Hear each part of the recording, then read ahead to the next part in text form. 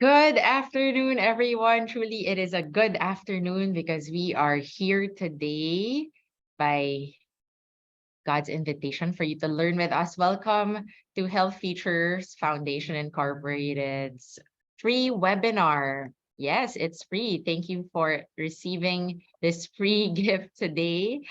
It is our fourth of the free long COVID webinar series entitled Long COVID in Children. So if you actually missed the previous ones, we still have it on our Facebook page. So are you ready to learn more about the effects of long COVID in children?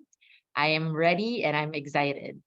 I'm Riva Galvestan, and it's a privilege to host this program today. I'm looking forward to your questions later as well and your insights. And we know that what we'll learn today will not just stay in our heads, but really also be shared with other people. So when we take down notes later, it would be best for you to also share this with people you know who may be going through long COVID. We have a lot of people joining us today who are diagnosed with long COVID. Some don't even know they have it. They're also family members of long COVID patients and health professionals. From the bottom of our hearts, thank you for spending this time with us. And we know that when you come here. We are also ready for your questions. So just some webinar reminders. We are glad to have all of you here, but we would like to remind you, our participants, to utilize the Zoom Q&A feature. So there is a Q&A box there where you can put your questions later during our open forum. Please use the chat box for your comments. So there's a Q&A box and there is a chat box. So question and answer, that's for the question, and chat box for your comments. Lastly, we do value your feedback. So please accomplish the evaluation within 24 hours after this webinar. E-certificates will also be provided to our Zoom attendees who will stay throughout the webinar from start to end, not just a part of it, but the entire webinar. And we also would like to ask you to accomplish the short evaluation form, which will be sent towards the end of the program. So again, e-certificates will only be given to those who attend the entire program. For our welcoming remarks, I would like to call on Health Features Foundation Incorporated's President, Dr. Cora Angeles Anyon. Dr. Cora?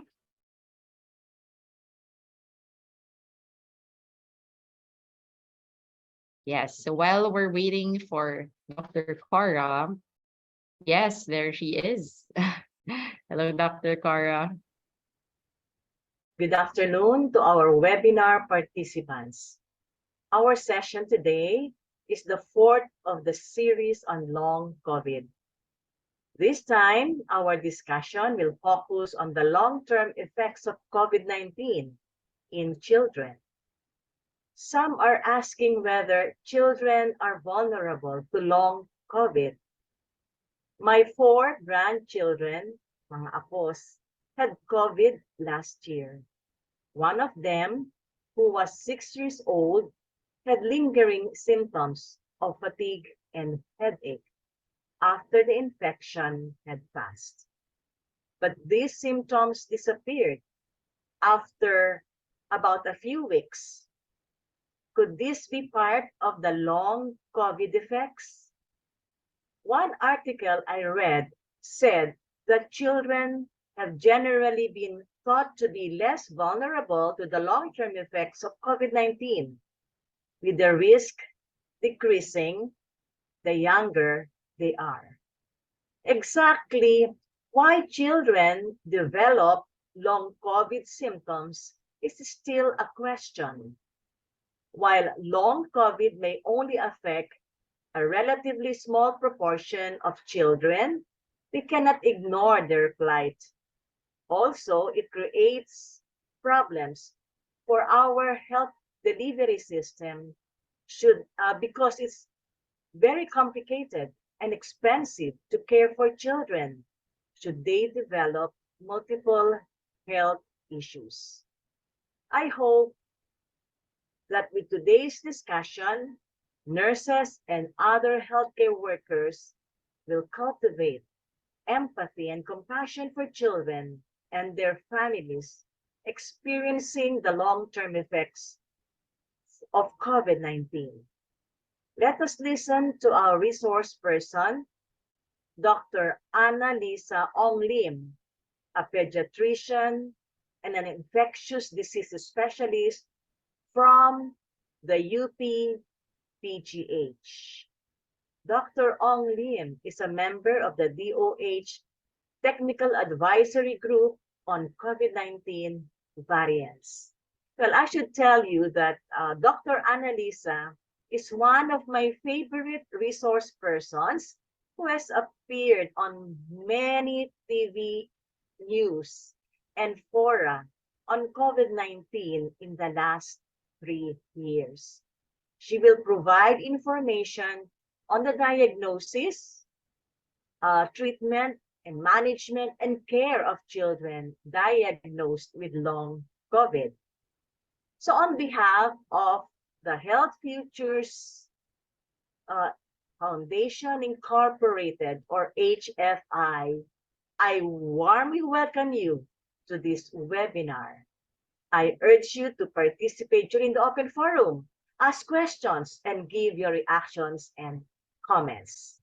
Have a productive day. Thank you, Doc Cora, for welcoming us and encouraging us for today's webinar to learn more, but not just to learn, but also to apply what we're learning.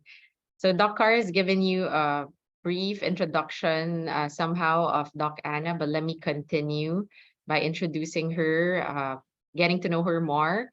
Dr. Anna Lisa Ong-Lim is a professor of the Department of Pediatrics and chief of the section of Infectious and Tropical Disease at the University of the Philippines and the Philippine General Hospital. She's a fellow of both the Philippine Pediatric Society and the Pediatric Infectious Disease Society of the Philippines. And as was mentioned earlier, part of the Philippines COVID-19 response effort. She serves as a member of the DOH Technical Advisory Group, IATF Technical Working Group on COVID-19 variants, as well as the Interim National Immunization Technical Advisory Group for COVID-19 vaccines. That's a lot of advice from her. She received her medical degree from the University of the Philippines and completed her residency in pediatrics as well as post-residency fellowship in pediatric infectious disease at UP-PGH, where she received recognition for clinical and teaching excellence in the Department of Pediatrics. In June 2022, she was awarded the Order of Lapu-Lapu, Rank of Magalong by President Rodrigo Roa Duterte. It's a national order of merit given to government personnel and private individuals who have rendered extraordinary service or have made exceptional contributions to the success of an activity pursuant to a campaign or advocacy of the president. Wow. And lastly, she has published extensively on pediatric health and infectious disease and is heavily involved in clinical trials of pediatric vaccines, including those for measles, mumps and rubella, polio, pneumococcal disease, and influenza. She's also a regular speaker on topics relating to pediatrics, infectious disease, vaccines, and clinical trials in the Philippines and throughout Asia. So we have a very special guest speaker today, and I'd like to ask each one to give her a warm welcome, Dr. Anna Lisa Ong-Lim. Dr. Anna, welcome. Thank you, Riba. Hello, good afternoon, magandang hapon po sa ating lahat. And it's a pleasure, the privilege to be able to engage with you today dahil ang pag-uusapan natin ay I think something that's quite under-recognized, underappreciated, but is a real problem. So, maaring hindi marami sa ating mga kakilala ang nagkakaroon pa ng simptomas na tumatagal matapos sa kanilang episode of COVID. And yet, meron din tayong mga kaibigan at kamag-anak na hanggang ngayon matapos po silang dumaan sa sakit na ito, marami na silang iniinda na hindi natin tuloy masabi kung saan nanggagaling. And this is the picture that we also see in some children that should be recognized so that adequate, appropriate treatment can be provided. So, ang pag-uusapan natin ngayong hapon na ito, will be long COVID in children. I will attempt to answer some questions, but I need to give you a disclaimer ngayon pa lang na marami pa tayong kailangang matutunan. And perhaps as a good first step, kilalanin muna natin kung ano ito para mapuntahan natin kung ano ang mga dapat gawin.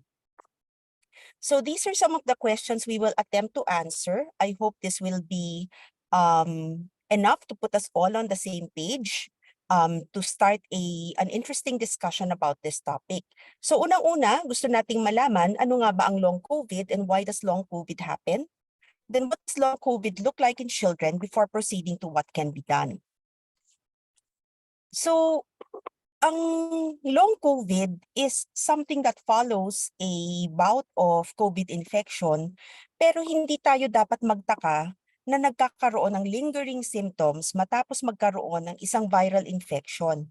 Dahil dati pa naman kinikilala na after a viral or severe viral infection, it is quite possible and often observed that long-term symptoms, post-viral syndromes, and consequences or complications after viral infections can be found and can be seen. Siguro hindi lang natin masyadong napapag-usapan dahil ang focus ay nakatuon dun sa pinaka matitinding simptomas habang may sakit ang isang pasyente. But again, long-term symptoms following severe viral infections are not new and they have been documented in the literature. So ang pinagkaiba ng post-COVID syndrome or long COVID that as it's commonly referred to is that it is independently associated with the severity of the acute illness. Ibig sabihin, sa karamihan ng mga viral infections kung saan nagkakaroon ng long-term consequences, dapat matindi yung naramdaman ng pasyente. Pero sa COVID, alam natin na kay matindi or mild or moderate or even asymptomatic ang COVID infection, pwedeng mangyari na magkaroon ng post-COVID sequelae or pwedeng magkaroon ng tinatawag na long COVID. So whatever the severity of the illness of COVID, you can be at risk for the development of post-COVID conditions. Persistent symptoms were actually more apparent in COVID-19 compared to other SARS COVID infections. So dahil meron naman pong ibang mga coronavirus infections na kinikilala na, mas madalas na nakikita na merong sequelae or persistent symptoms after COVID-19.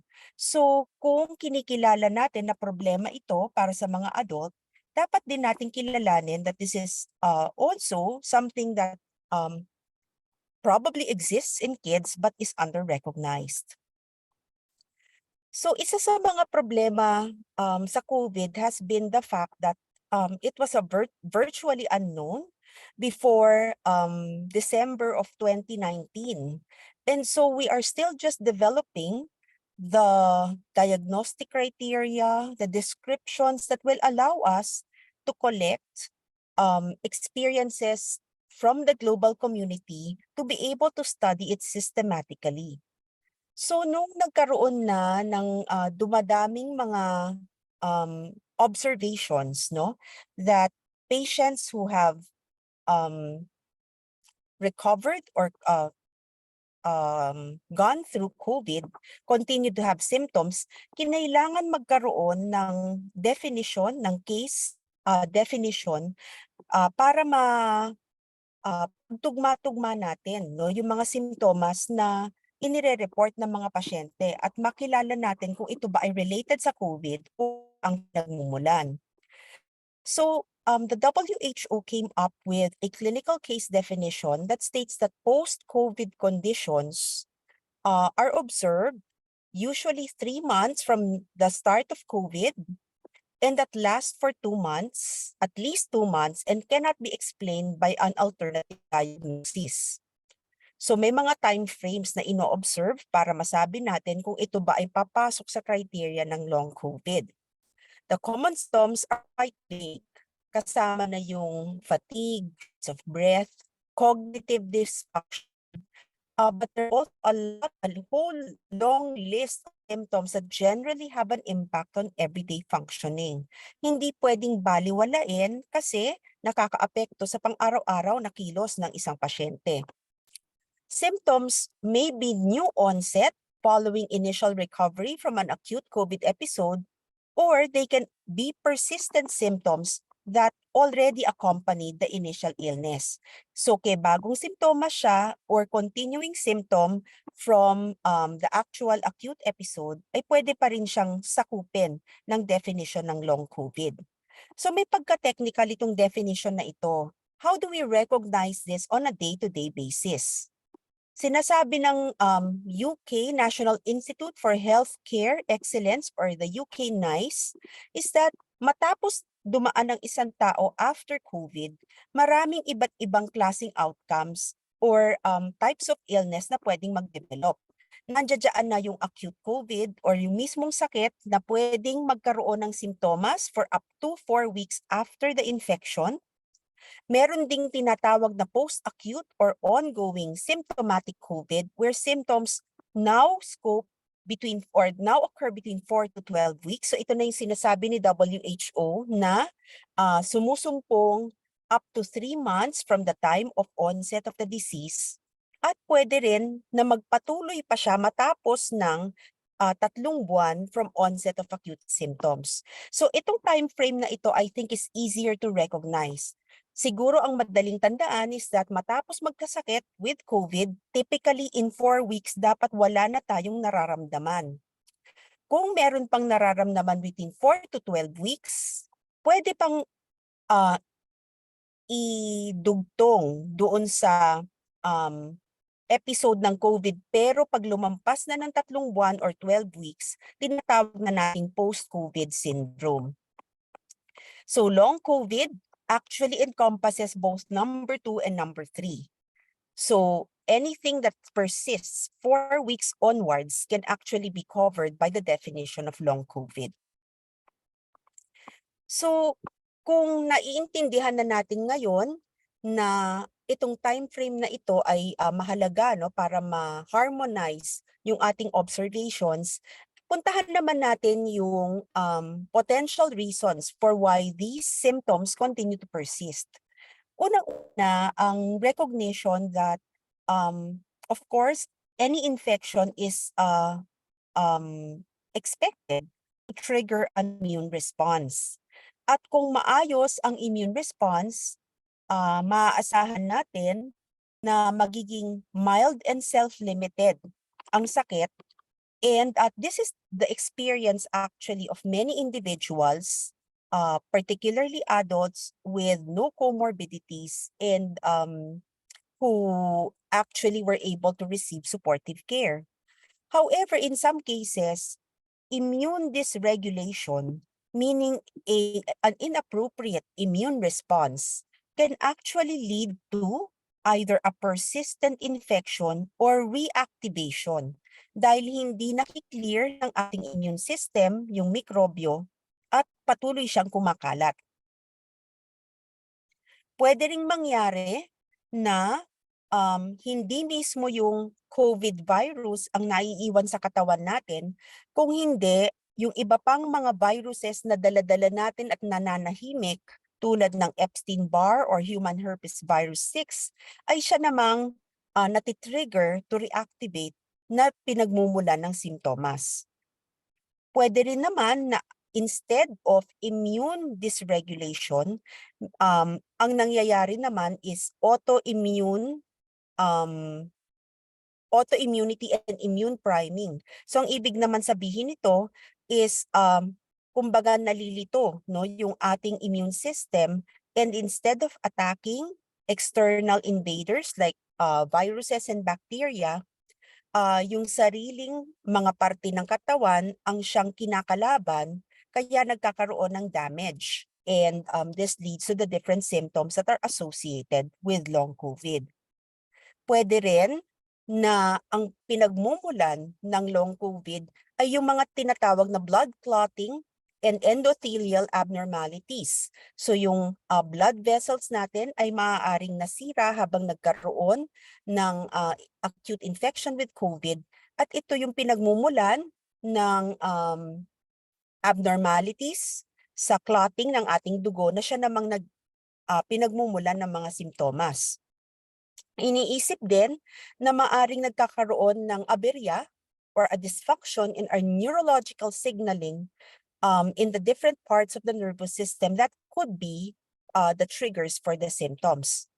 Finally, hindi lang siguro yung iba't ibang parte ng katawan natin ang naaapektuhan, kaya nagkakaroon ng long COVID, kundi rin sinasabi na nagkakaroon ng dysfunction sa microbiota ng ating katawan. Alam natin na maraming mikrobyong kasama ang ating or kasama sa katawan natin na kinakailangang ma-maintain para maging normal ang ating day-to-day functions.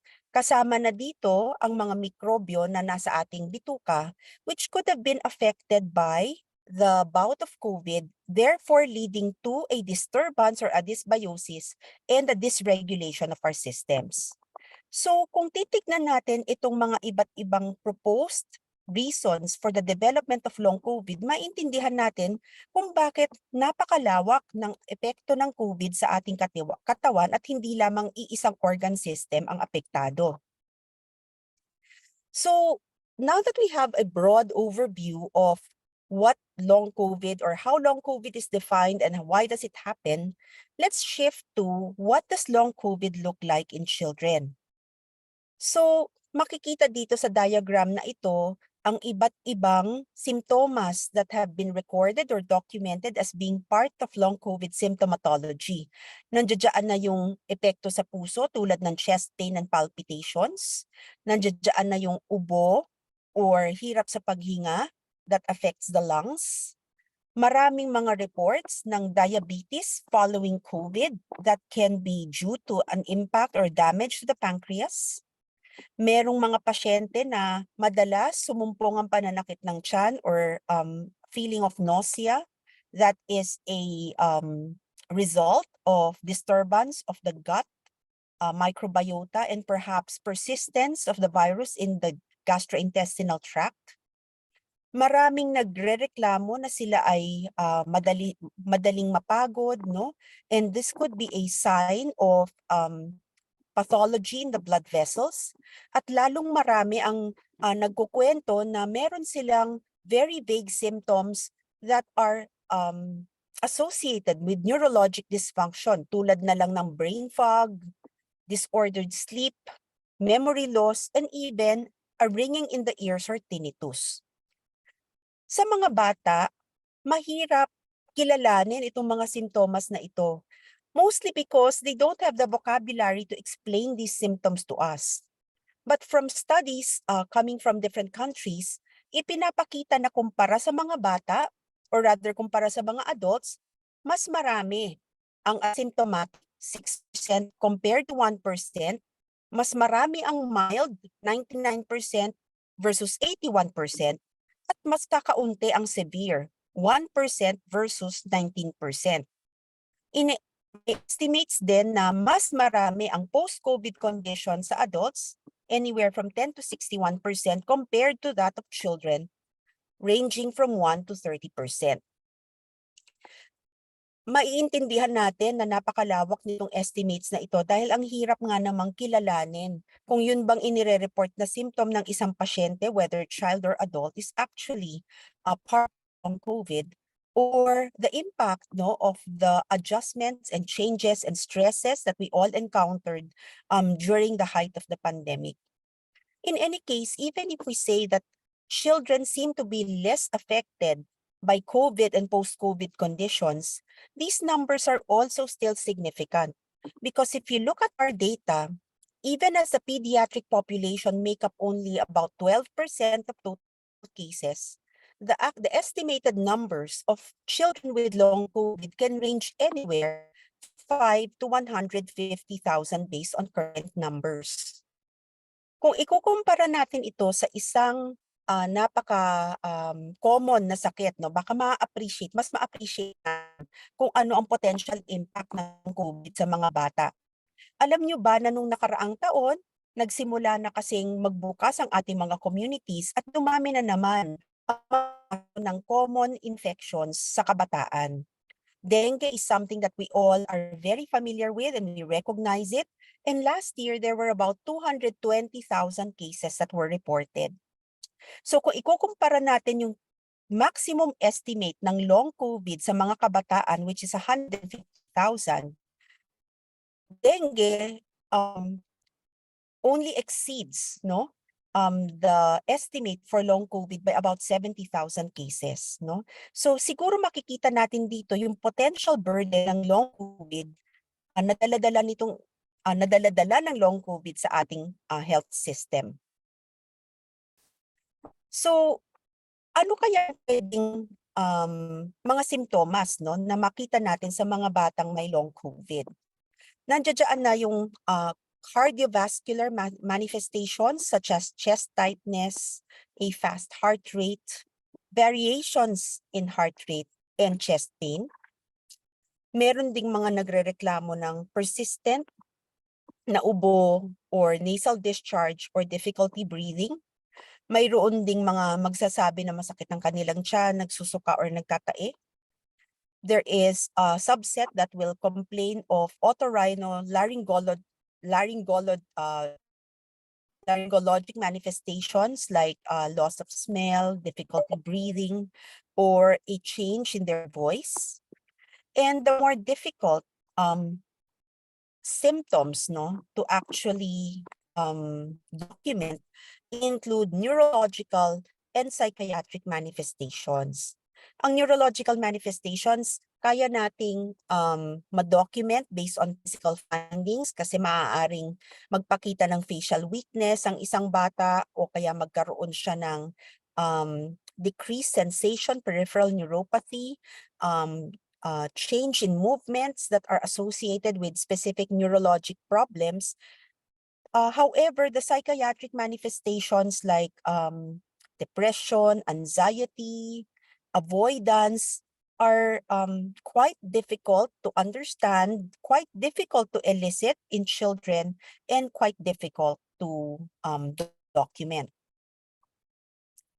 May isa pang pag-aaral na tumingin sa iba't ibang mga simptomas na pwedeng makita sa mga batang may COVID, and you will see here that based on this study that documented reports all the way to February 2022, so this is like a 2-year period, nakita nila na quite common or about 25% of children who were reported in the literature presented with long COVID. So this is within the range that I mentioned, 1 to 30%. And most of the symptoms belong to the neuropsychiatric category, where mood changes, fatigue, and sleep disorders were reported. Other organ systems involved include the gastrointestinal symptoms that I mentioned earlier, as well as the cardiorespiratory symptoms and the loss of smell and taste. Nandito din yung mga iba't ibang neurologic abnormalities that I also mentioned. So siguro, maybe I should go back to the first slide to highlight na merong mga symptoms that are more commonly observed, marked in red, compared to the others which are less frequently observed, marked in orange and yellow, and also gray. So, karaniwan sa mga simptomas na inire-report that are most distressing are the neuropsychiatric conditions. Dito naman makikita natin ang isa pang report kung saan it lists the different long-term COVID symptoms that are seen in children and adolescents. Most common, ang fever and cough. Sumusunod ang iba pang respiratory symptoms like nasal discharge and congestion. Nandito rin yung shortness of breath or difficulty breathing. Pero meron ding mas vague na complaints tulad ng fatigue, headache, dizziness, and decreased oral intake. So siguro, maiisip natin, Bakit iba-iba? Bakit napaka-variable ng reports, no? I think this parallels the experience in adults and also takes off from what Dr. Cora mentioned earlier and also what Riva mentioned earlier. May mga tao na hindi man lang nila nakikilala na meron silang lingering symptoms after COVID. Maaring hindi na nila naisip na yung nararamdaman nila ay related pa sa kanilang pinagdaanang sakit. In the same way, marami ring mga practitioners, no, clinicians, healthcare workers na hindi masyado pang kilala itong sakit na ito. And part of the objectives, no, of this series of webinars is actually to inform the general public and also healthcare professionals that this disease or this condition should be considered as a differential diagnosis. So, ngayon na dinaanan na natin ang definition ng COVID, medyo inalam natin kung saan siya nanggagaling o bakit nangyayari ang long COVID, at medyo kinilala natin kung paano ang presentation ng long COVID sa mga bata, ano ba ang pwede nating gawin para makatulong sa isang taong merong long COVID? So, unfortunately, although diagnostic tools exist for some components of long COVID, most of the symptoms, the tools, no, for the diagnosis of the other symptoms are still mostly in development. Dahil nga napakabago nitong sakit na to at iniintindi pa lamang natin kung paano ba siya nangyayari or bakit siya nangyayari. Now, on the basis of the tests that are usually offered as part of standard care, ang mga pasyenteng nagre-report ng symptoms ng long COVID typically will show normal results, and many providers are not aware of symptom-specific testing and diagnostic recommendations. May mga studies na nagpapakita that biomarkers, particularly immune markers, can actually be very deranged or very abnormal in patients with long COVID at maaaring gamitin ito bilang diagnostic tool and tool for monitoring treatment. Kaya sinasabi na sana mas magkaroon ng malawak na understanding tungkol sa biomarkers na ito para magamit natin siya ng maayos to establish the diagnosis and also to monitor treatment response. Sa aspeto ng pediatric long COVID, kung kinikilala pa lang natin ang long COVID sa adult, mas lalo pang mababaw ang kaalaman at pagkakaintindi tungkol sa long COVID in children. And we want to be able to understand the mechanisms under it, but this knowledge is so incomplete that it's very difficult to understand or to recommend a rational approach to this condition in children.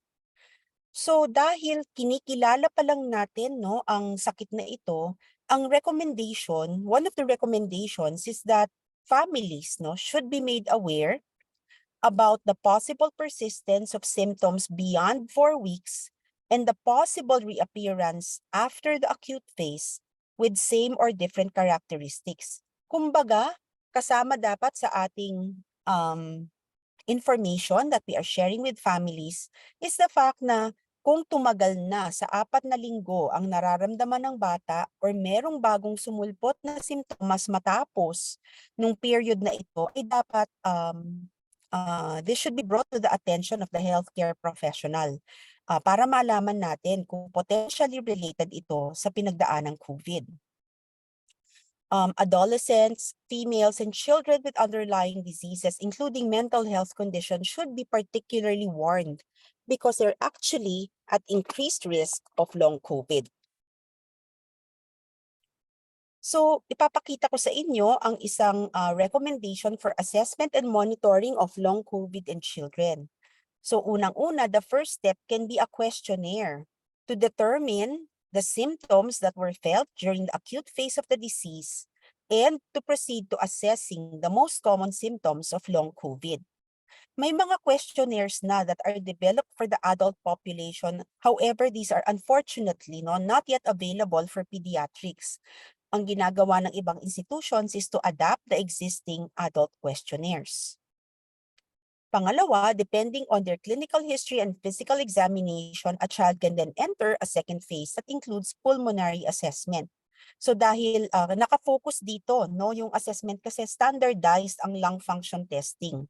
Pwedeng gumawa ng measures about how forceful breathing is and how efficient and effective it is by looking at these tests like spirometry, lung clearance, and exhaled nitric oxide. Ngayon, aside from looking at lung function testing, there can be further investigations tailored to the patient's symptoms. Pwedeng gumawa ng mga blood tests, heart evaluations, sleep evaluations, evaluation about GI function, no? So yung tulad ng abdominal ultrasound or doing stool exams. Pwedeng gumawa ng heart evaluations, particularly if the child has chest pain or a sensation of rapid heart rate.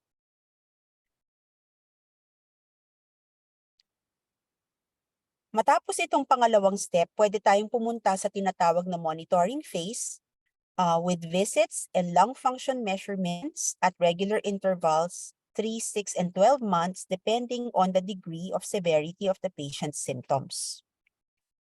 Kasama na rin dito yung monitor ng iba pang mga simptomas na maaaring nararamdaman ng pasyente.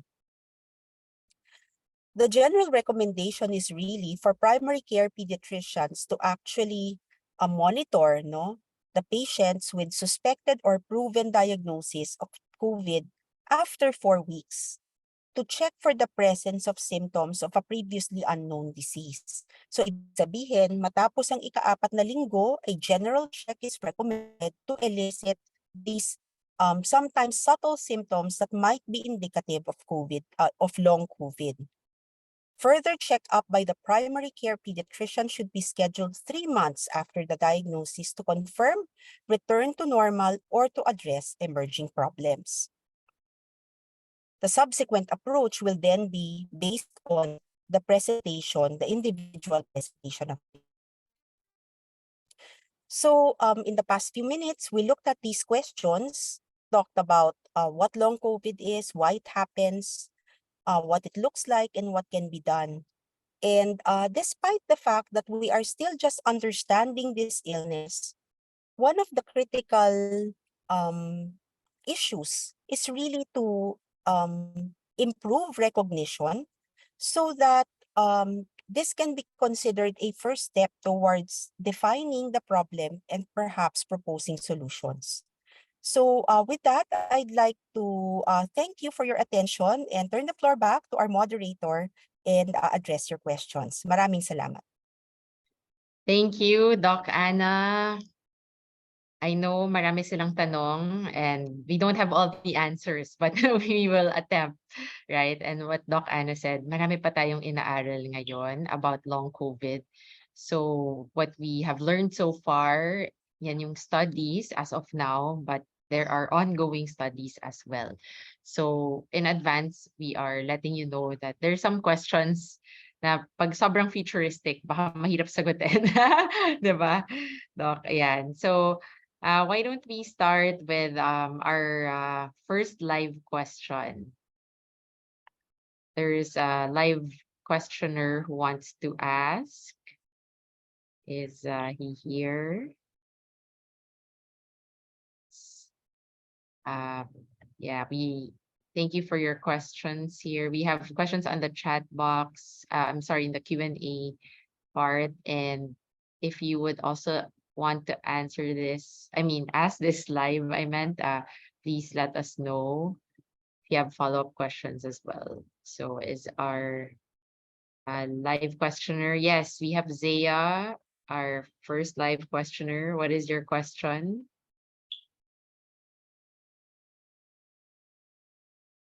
Are you there? Yes. Hello po, Doc. Yes, May Zaya. question lang po ako, yung as a parent po, ano po yung mga kailangan kong i-watch out after po ng nagka-COVID po siya ng long COVID? So, di ba po meron po minsan na mga side effects po after pa po nung gumaling sila. So, ano po yung mga i-watch out po namin na red flag po na kailangan po namin na bantayan kung sakaling mag-arise po siya after po na gumaling, mag-recover po yung anak namin. Ganun. So thanks for that question. In general kasi, sa mga bata, makikita natin na once they are recovering from illness, bumabalik sila sa kanilang regular activity. Inirereklamo nga minsan ng mga magulang na parang walang nangyari, mas malikot pa kaysa nung simula, no? And we take that actually to be a good sign, no? Kung nababanggit yan sa akin ng mga magulang, tuwang-tuwa ako. Kasi sasabihin ko, ay talagang magaling na yan kasi makulit na ulit, no? And activity, no, the level of activity is very important for assessment of return to normal of children. So pag nakikita natin na hindi pa rin nawawala, no, yung pananamlay ng bata, and particularly persistent siya, sinasabi dun sa guidelines, no, after 4 weeks, ay kailangan makita na siya. Pero bilang magulang, I'm sure hindi mo matitiis na patagalin ng 4 na linggo yan nang hindi mo pinapakita sa doktor, no, kasi maninibago ka rin. I think the general level of activity, no, should return to normal typically within 2 weeks following the illness, and certainly no, within 4 weeks after the illness, dapat nakabalik na sila sa kanilang regular level of activity. Thank you po.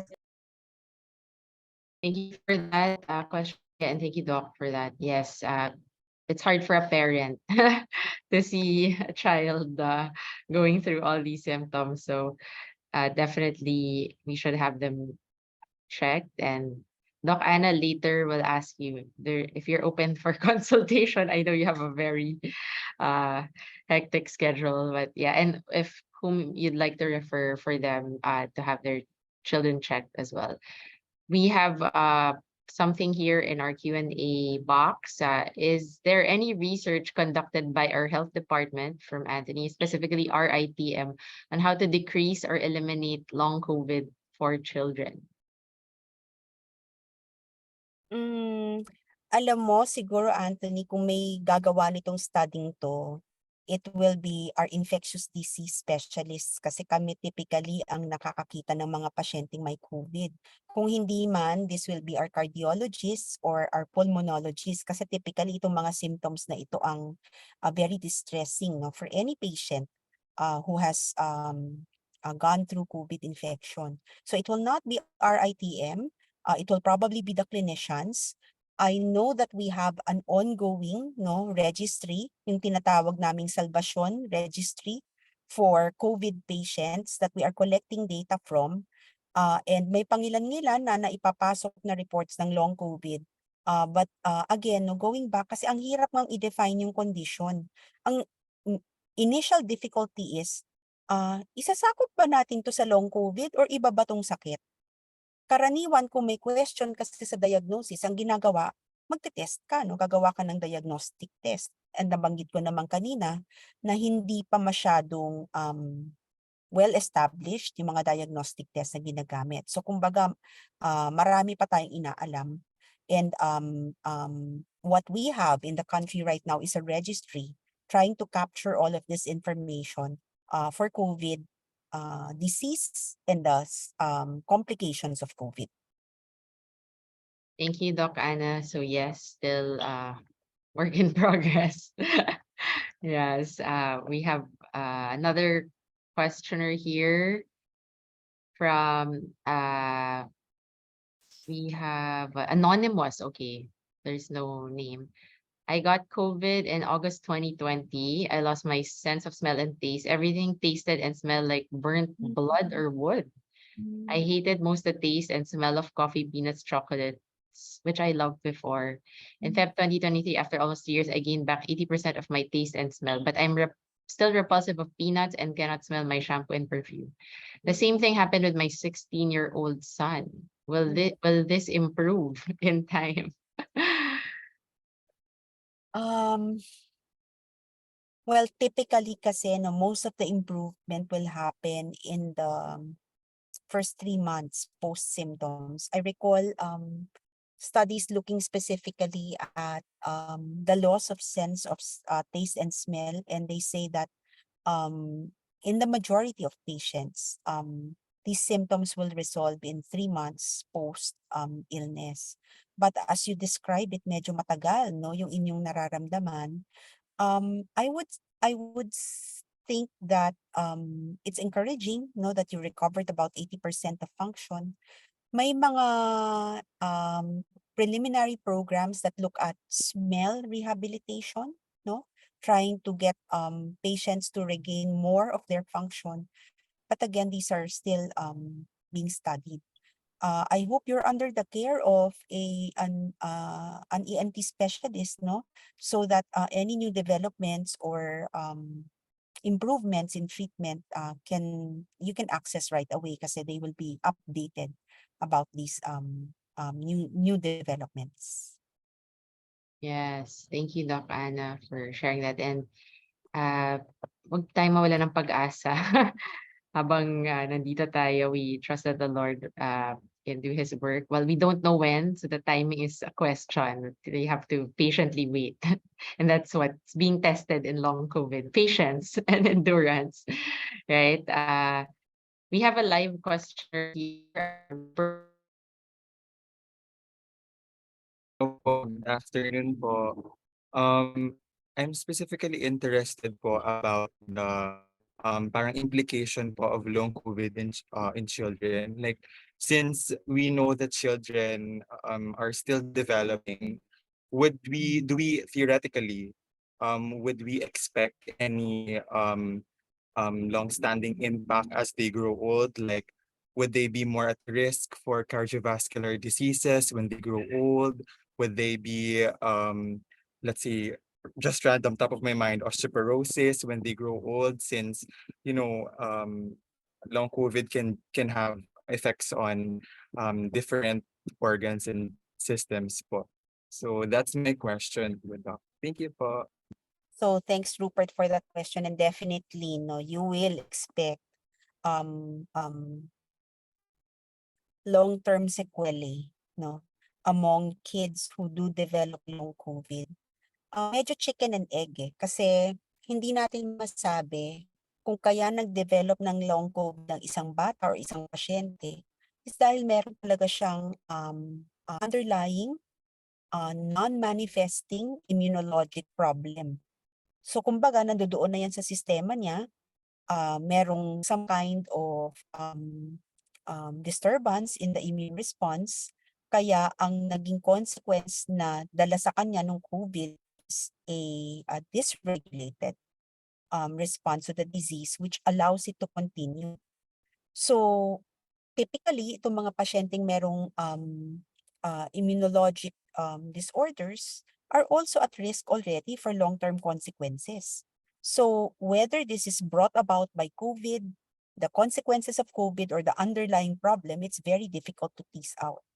But kaya nga din natin tutukan, no, ang grupo ng mga pasyenteng may long COVID, whether these are kids or adults, because of one, of course, we want to help them with their symptoms, and second, we want to be very watchful about potential long-term consequences of long COVID on their general health. Very comprehensive answer. Thank you, Doc Ann. We have questions here in our Q&A box. Please do share with us. For the others who haven't asked yet, share your questions. Doc, meron dito, for my son from Maryland, experiencing palpitations, initial 2D echo and ECG with Doppler, makikita na ba na something is off or is not to diagnose meron siyang long COVID or affect yung heart niya by COVID? So, kung may nararamdaman na palpitations, typically, among the tests that are being done is the ECG and the 2D echo, no? So, disturbance, may makikita, no, dun sa mga tests na yon. Kailangan lang natin alamin kung yan ba ay nanggaling sa iba pang potential causes, maraming iba't ibang pwedeng pagmulan yung mga sintomas na yan, or kung sasabihin natin na yan ay dala, no, ng COVID na pinagdaanan ng bata. Yun yung actually more difficult part Kasi finding out what caused the disturbance is going to be the key to management, no? Kahit ano namang sakit. But yes, Yeah. those tests will be helpful. Finding out the root issue. Yeah. Correct. And don't self-diagnose. Yes. Oo, I think, at saka familiar naman si Marilyn dun sa mga tests nabanggit niya. Oo. I'm sure they're already under the care of cardiologist. Yes. Thank you, Doc. Doc, there's another question here. Have you had patients who develop ITP all of a sudden, or might have developed after a COVID infection? So, bago pa nakilala ang COVID, meron na yung sakit na ITP. Hindi naman yan ngayon lang lumitaw. And Mhm. yun na nga yung problema 'di ba? Ang dami nating pwedeng sabihin na mahirap, no? Mahirap sabihin kung related ba sa COVID or hindi. But in any case, let's say nagkaroon nga ng diagnosis ng ITP, meron naman tayong mga treatment modalities for that illness, no? Dahil ito ay isang kilala ng sakit. So, may mga mai-offer naman ang ating mga hematologists para ma-address yung symptoms or to advise kung paano best to control this disease. Yes, thank you, Doc. And for the testing, ito naman, what kind of tests do doctors use to diagnose long COVID? So, yun na nga yung nabanggit ko kanina, no? Inaalam pa, no? Kung ano ba talaga yung mga test na sulit gawin para sa pasyente. Pero in general, inaayon natin to sa mga nararamdaman ng pasyente. Mm. Let's see, the complaints are mostly with breathing, difficulty of breathing, difficulty of, or parang a sensation of chest pain or chest heaviness, so cardio, respiratory test ang ginagawa. Kung ang reklamo naman ng pasyente parang hindi mapakali yung tiyan niya, parang parati siyang may stomach upset, parati siyang nagkakaroon ng diarrhea, no? Yun naman ang focus. Ang pinakamahirap talaga actually is yung very vague feeling of parati kang pagod, parating mabigat ang katawan, masakit ang mga joints and muscles. Symptoms are really the most difficult to diagnose because the tests to be done there are well, meron naman na may mga blood test na pwedeng gawin, may mga tests on the nerves na pwedeng gawin. Meron ding mga test tulad ng acute phase reactants na tinatawag ng mga blood test para makita kung may ongoing na pamamaga yung mga muscles. So, nagtungtong natin yun, pwede nating sabihin na yung nararamdaman natin, merong test na nagsasabi na hindi mo lang yan guni-guni, meron talagang nangyayari. And I think that's also very reassuring to patients who have gone through or who are experiencing these symptoms. Kasi minsan iniisip ko na lang ba to? Nag-iinarte lang ba ako? Talagang may nangyayari sa katawan ko. And getting that objective finding is also very reassuring to the patient and the parent. Yes, thank you, Doc Anna. So we should first document what the Yes. are, and there's Very no important one part na test lang to test everything. wala sa Wala. ngayon wala Wala pa, no? pa Wala talaga, pa. yes. Hopefully, no, as we understand it better, Yes. there might be in the future. Yeah, so Doc, there's a question here about no, yung mga naglo-long COVID, at some point ba nagiging infectious pa sila? I know the virus dies after 2 weeks, right? But meron bang point na nagiging infectious yung people going through long COVID, even if they didn't contract the virus again? Sa ngayon, no, ang understanding natin is that the long COVID symptoms are related, no, to an ongoing response of the body. Parang kumbaga nag-overdrive, no? Wala na halos yung kalaban, hyper pa yung response. Or maaring yung dinaanan niya sa katawan, nasira niya na hindi pa maayos ng katawan ng maayos, no? So, in that case, no, karaniwan actually sa mga pasyenteng may long COVID, wala na tayong evidence na meron pa silang ongoing infection. It's the effect of infection. So kung wala na yung mikrobyo sa katawan nila, ang hirap namang sabihin nakakahawa pa sila, di ba? Yes. In short, hindi na kayo infectious after 2 weeks Oo, pa rin oo. ba, Doc? And is it still 14 days? The usual finding is that live, or what they would call it, viable, no, virus is no longer present in somebody who has had COVID in 10 days usually. 10 days, okay. Mm-mm. So, yan, hindi na po kayo nakakahawa after 10 days, for sure. Now, yung effect, di natin alam. At yun na yung what we're watching out for, yeah. Doc, may question here. Can long COVID affect the mental health of our children, or neurological effect din ba? What is the significance of this, yung long COVID sa mental health ng children that you deal with? Doc, you're on mute. Yeah. There. Merong impact yan sa mental health ng kahit sinong pasyente. Kasi we can imagine, no, parang the feeling of having constant symptoms, which might not be very well documented. Nabanggit ko nga kanina, di ba, marami sa mga pasyente, di nila maintindihan kung talaga bang may nararamdaman sila or nag-iinarte lang sila. I mean, we don't want to discount anybody's symptoms, no? But sometimes, isa yun sa mga nagiging reaction ng either family members or healthcare professionals. So, acknowledging na that these symptoms are real, that they have a physical correlate na nakikita sa mga test na ito ay totoong simptomas, so it's very important. And no, this reassurance can help in the mental health of the patient. And conversely, kung hindi ina-acknowledge, syempre parang ma-upset naman yung pasyente. Marami na siyang nararamdaman, hindi pa siya ina-acknowledge na talaga may valid, no, physical complaints.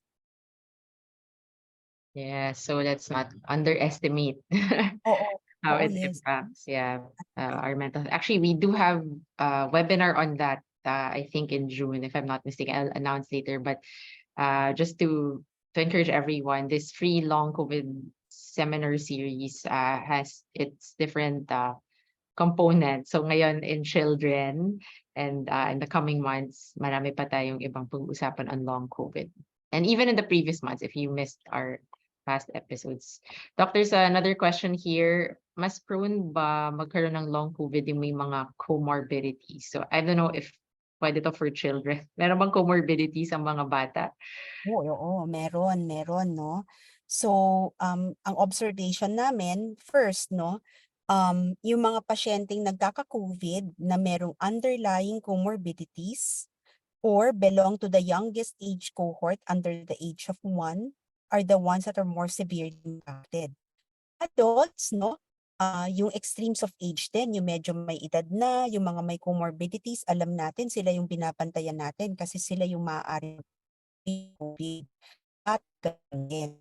Pero COVID in the sense na hindi kailangan matindi yung pinagdaanan mong COVID para magkaroon ka ng long COVID. So ganoon siya sa bata. Pwede kang magkaroon ng long COVID kahit mild yung sakit mo, pero karaniwan din naman na yung mga mas severe ang mas may chance na magkaroon din ng tinatawag na sekwela or the symptoms of long COVID. Yes, so we should watch out for that as well. But Doc, in terms of supplementation naman for children, what are your recommendations to boost their immunity while going through long COVID, or to prevent further damage post-COVID? Actually sa ngayon no, wala namang particular na supplements, micronutrients na sinasabing nakakatulong, no? Or specifically important for people with COVID or long COVID. In general, no, may mga micronutrients na alam nating very important for good health. Parating nababanggit ng zinc, vitamin A. I think the more rational approach is really just to make sure that everybody eats a balanced diet. so that you can get all of the necessary nutrients that your body will need for good health. And if you are identified not to have particular micronutrient deficiencies, then it makes sense to supplement those particular deficiencies. Like let's say, may isang taong for whatever reason hindi pwedeng kumain ng itong particular na food group. And then of course, yung mga ganoon, kailangan nagsa-supplement sila para mabawi yung hindi nila nakukuha sa pagkain. Yes. So food is medicine. Yeah, and a well-balanced diet is obviously something healthy with dark green leafy vegetables and fruits and other vegetables, beans, Yeah. lentils. Yeah, mahaba-habang topic pa yan. We will have, I think, another session on nutrition, particularly for long COVID. But thank you, Doc Anna, for sharing what you suggest for the children. Doc, meron ditong question from Sharon Faith. You mentioned po about smell rehabilitation, pero yung lasa po sa food na iiba. Suggested po ng iba umamoy ng essential oil. Makatulong ba to sa bata na 14 years old? So yun kasing taste is very much affected by smell. Kaya nag-iiba yung panlasa kasi hindi nga nakakapang-amoy ng maayos. And in fact, yung mga batang sinasabi na parang ang poor appetite after recovery from illness, no?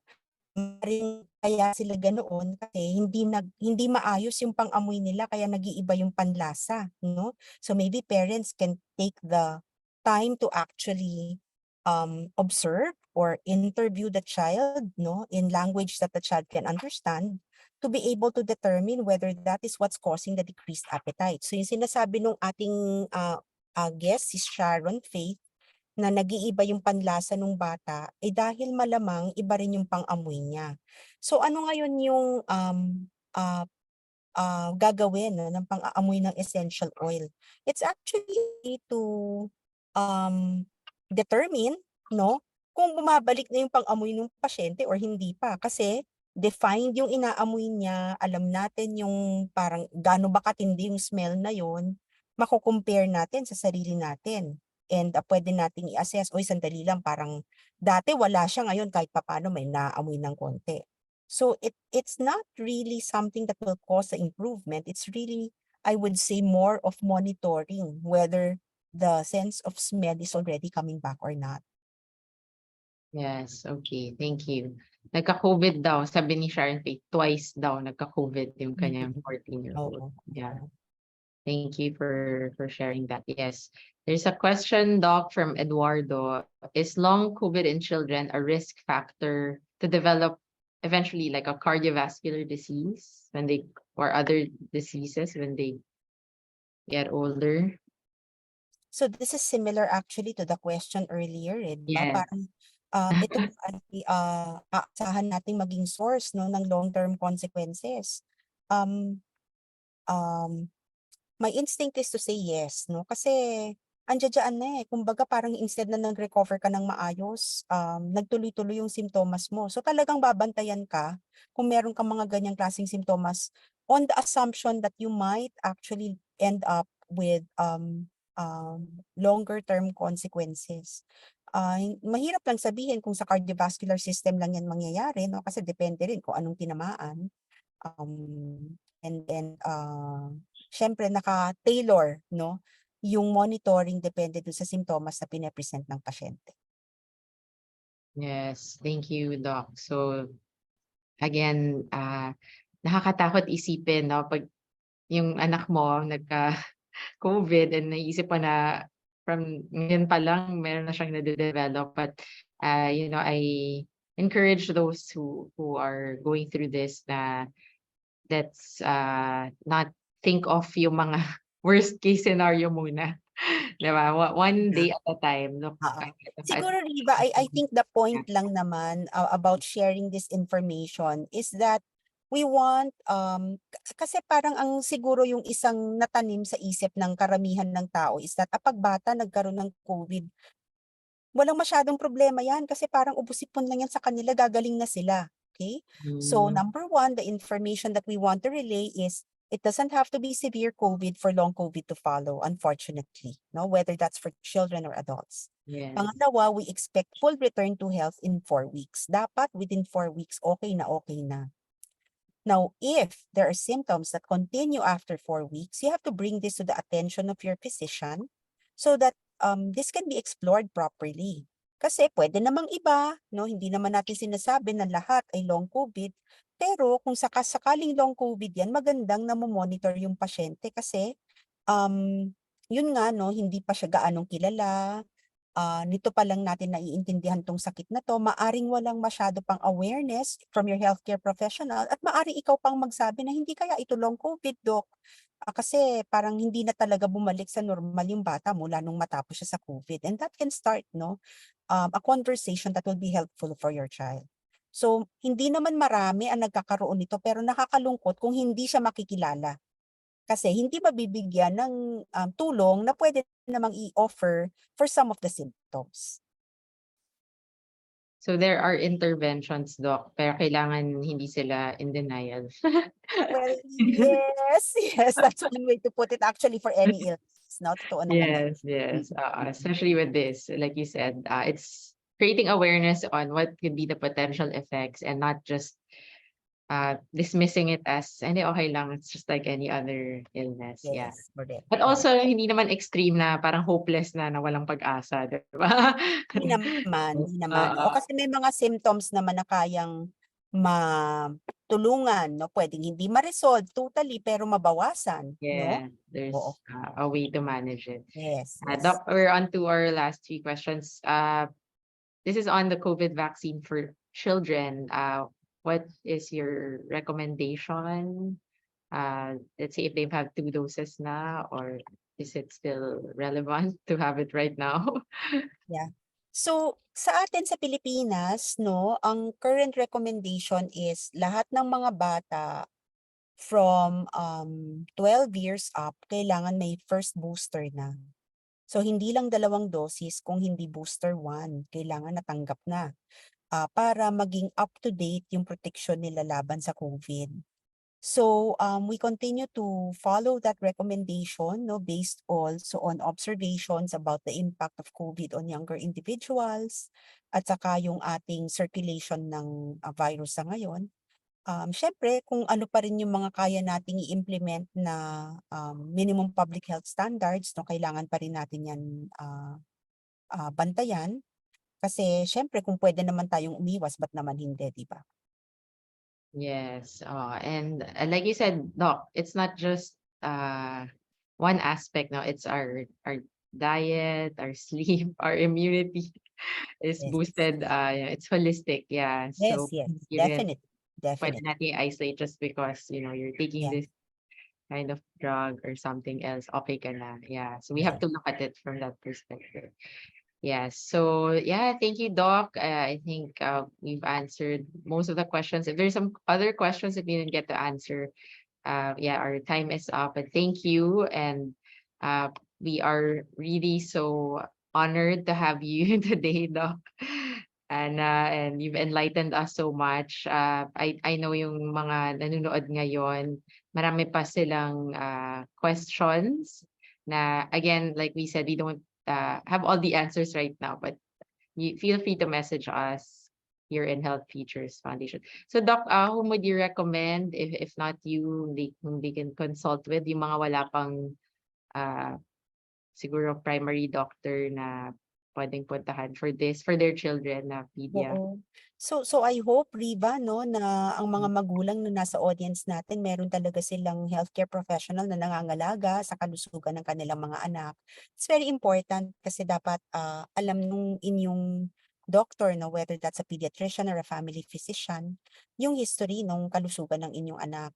And pwedeng doon magsimula yung konsultahan natin, no? At kung makikita ng inyong family doctor, ng inyong pediatrician na may particular symptoms na iniinda yung bata, magre-refer yan sa specialist. So kung kunwari, ang napapansin is more of disordered breathing, sa pulmonologist magre-refer yan, lalo na kung hindi na mag-respond, no, sa usual first treatments. or kung sa puso naman yung nararamdaman, chest pain, heart rate disturbance, sa cardiologist na magre-refer. So ganun din kasi tayo ngayon sa sa mga adults na may long COVID, no, very I would say piecemeal yung ating management, kung saan may simptomas doon tayo pumupunta. Pero bumabalik pa rin tayo sa ating general physician na siya namang tinatawag nating medical home na nagko-coordinate nung lahat nitong mga inputs ng espesyalista para maging holistic yung treatment ng pasyente natin. Ganon din naman sa bata. Yes, thank you, Doc Anna. So please do not try to handle this on your own. Yes, It's that's a why very complicated illness. No, I think uh, very important to have the guidance of a healthcare professional. yes, and that's why we also have this series of long COVID webinars. We want to create a community of people whom we can help in this long COVID journey so that hindi po kayo lost, and we would have long COVID support groups as well na we'd like to invite you to. So, Doc Anna, thank you for the very rich and informative discussion. You would like to award you a certificate of appreciation. Yes. So since we are digital, ayan, digital din ang certificate. Thank you. This is signed by our president, Dr. Cora de Los Angeles Aninuevo, and Dr. Jaime Galveston, our chairman. Yes. And we really do appreciate you. We'll have just a documentation. Doc Anna, can you just smile joyfully? Okay, 1, 2. There you go. Thank you, Doc. And thank you to all our participants. Right. So we're not yet done. Before we end this webinar, we would like to invite you to our upcoming long COVID webinar series. As I've mentioned earlier, there are several webinars that we have next month. It's actually every month. So fifth part of this long COVID webinar series is entitled Breathing Better in Long COVID, Ways to Improve Lung Function. It's 27th of April 2023 from 2 to 4 p.m. Our resource speaker is Dr. Glyna Ong Cabrera, a pulmonary physiotherapist from the Lung Center of the Philippines. And also on May 2020, oh, wala pang date. May 2023, we will have our 6th long COVID webinar titled Tired of Being Tired. Marami ditong tired of being tired. Dealing with post-COVID fatigue. Our resource speaker is Dr. Anna Lisa Ong-Lim, a rehabilitation medicine specialist who will discuss how post-COVID fatigue affects our bodies. You'll also have Dr. Mads Veller, who will share her personal experiences dealing with post-COVID fatigue. Yes, ang dami pong nafa-fatigue ngayon na talagang post-COVID related. So do not dismiss that. And hindi pa tapos. This June, meron naman tayong Staying Sane with Long COVID, Dealing with Post-COVID Mental Health Issues. You'll have Dr. Maria Teresa Agustino Villasor. We'll discuss effects of post-COVID symptoms in our mental health. So tune in to our emails and HFI's Facebook page for more details of the webinar. HFI also has a YouTube channel where you can download very helpful resources.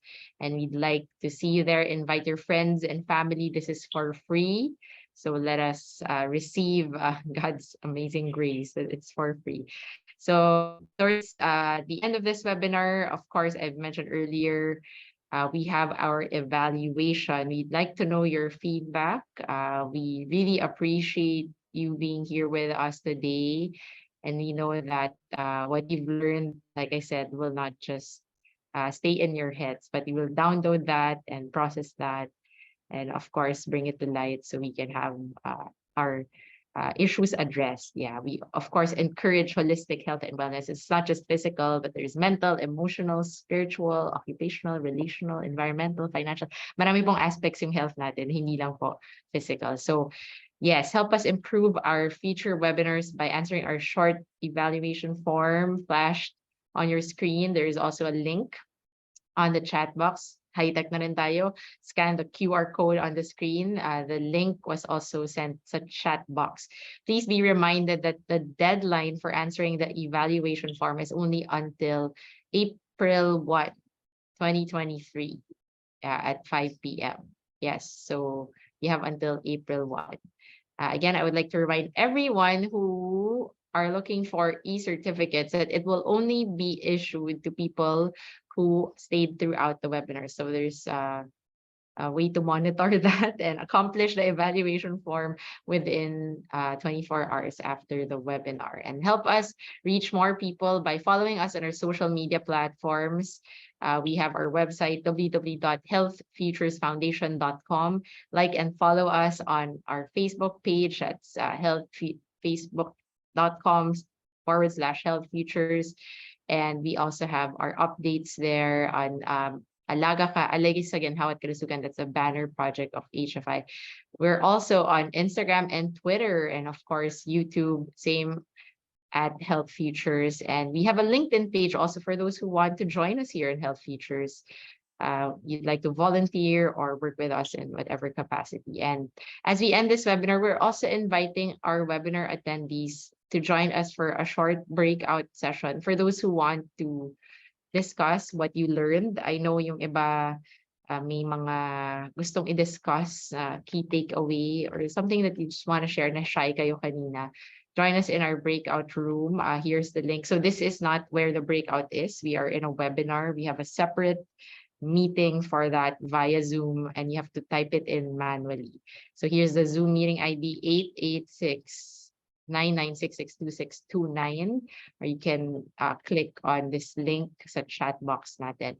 Again, this breakout room is for people who want to talk about the session and discuss some things, but this is not a Q&A with Doc Anna. Tapos na po yun. This is more of interacting with fellow participants if you'd like to connect. So yeah, someone's asking here for the evaluation link. Right now, we're going to post it. Thank you. Please accomplish this within the next 24 hours for those of you who want to receive an e-certificate. So thank you for staying until the end of this webinar. We thank God for the privilege to learn together. And we thank God for Doc Anna. Thank you so much for your time and how you're really so generous to share your expertise with us. Thank you for those who also attended, even without CPD units. I know there are people here who are attending for that. Again, I'm Riva Galvestan, your host for today's webinar entitled Long COVID in Children. We look forward to seeing you again in our future webinars, and for you to also follow us in our social media channels. So I'll see you in the breakout room for those who still want to join and chat. And for those who are leaving now, thank you so much. We really, really appreciate you being with us today.